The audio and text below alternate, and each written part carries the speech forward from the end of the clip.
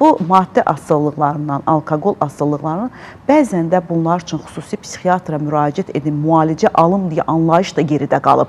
Bunları biz normal elə həyat tərzinə çevirib, elə mən beləyəm, elə həyatımın sonuna qədər də belə gedəcəm deyə özündə təlqin yaratmışıq. Bir də ailə üzvlərimizin onsuz da bunun müalicəsi yoxdur deyib, bu həyatı ilə barışmalar var, biganə qoymaq məsələsi var da. Niyə bunların müalicəsi var deyə anlayışı biz hələ də formalaşdıra bilmirik ki, müraciətlər də bunun fonunda azalır? Asılıqlar arasında bugün kimyəvi asılıqlar desək, mənim zənnimcə ən ağır edən spirtli işçilərdir və bizdə cəmiyyətdə spirtli işçilərin sui-istifadəsi kütləvi şəkil alır. Onun birinci mərhələsi doklinik, yəni xəstəliyə qədər o məişət sarxoşluğu deyilən, biz hər dəfə 5-ci şənbə və bazar günləri görürük. Yəni asudə vaxtın keçirilməsi, ənənəsi mütləq və mütləq spirtli işçi ilə bağlıdır.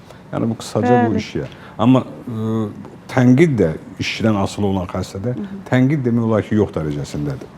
Məndə nadir hallarda rast gəlinib ki, yəni spirtli işçidən sui-istifadə edən insan gəlsin desin ki, mənim problemim var.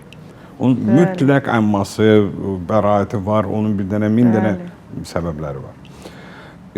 Bu xəstəliklərin, psixik xəstəliklər qarışıq və bu asılılıqların müalicəsi uzun vaxt tələb edir. Yəni bu cərrah əməliyyat deyil, soyuq dəymə deyil, mədə ağrısı deyil, mən nəsə bir həftə 10 gün müalicəni düzəldim.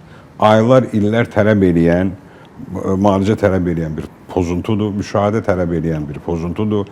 Burada bir çox mütəxəssislər, psixiatr, psixoterapevt, sosial işçilər, psixoloqlar, belə deyək,